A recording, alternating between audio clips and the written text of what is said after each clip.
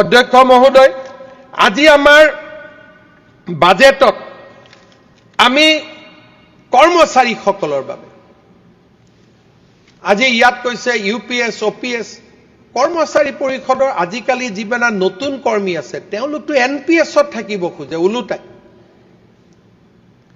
পৰিৱৰ্তিত কথাবিলাক আমি বুজিয়ে নাপাওঁ এতিয়া যে 1.5 লাখ 1,60,000 ল'ৰা ছোৱালীয়ে চাকৰি পালে তেওঁলোককতো এনপিএছ লাগে কাৰণ আফটাৰ ৰিটায়াৰমেন্ট ওপিএছতকৈ এনপিএছে বহুত বেছি টকা দিব আৰু যাক ওপিএছ লাগে তাৰ কাৰণে আমি ইউপিএছও কৰি দিছো যে এনপিএছ লাগিলে এনপিএছলৈকে যাওক ইউপিএছ লাগিলে ইউপিএছত যাওক এতিয়া মোক খুদে ওপিএছ কেতিয়া কৰিব কক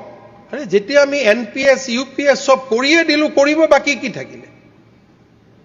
হ'ব পাৰে যে কিছুমান ভেঞ্চাৰ স্কুলৰ শিক্ষক প্ৰাদেশিকৰণ হৈছিল 2 বছৰ 3 বছৰ চাকৰি কৰিলে তেওঁলোকে সুবিধা পোৱা নাই অবখৰৰ সেই বিষয়টো আলোচনা হ'ব পাৰে আমিতো কেতিয়াও বেয়া না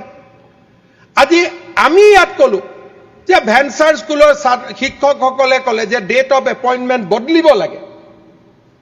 আমিতো ৰাইজৰ কথাই হাউসত কৈছো যে হয়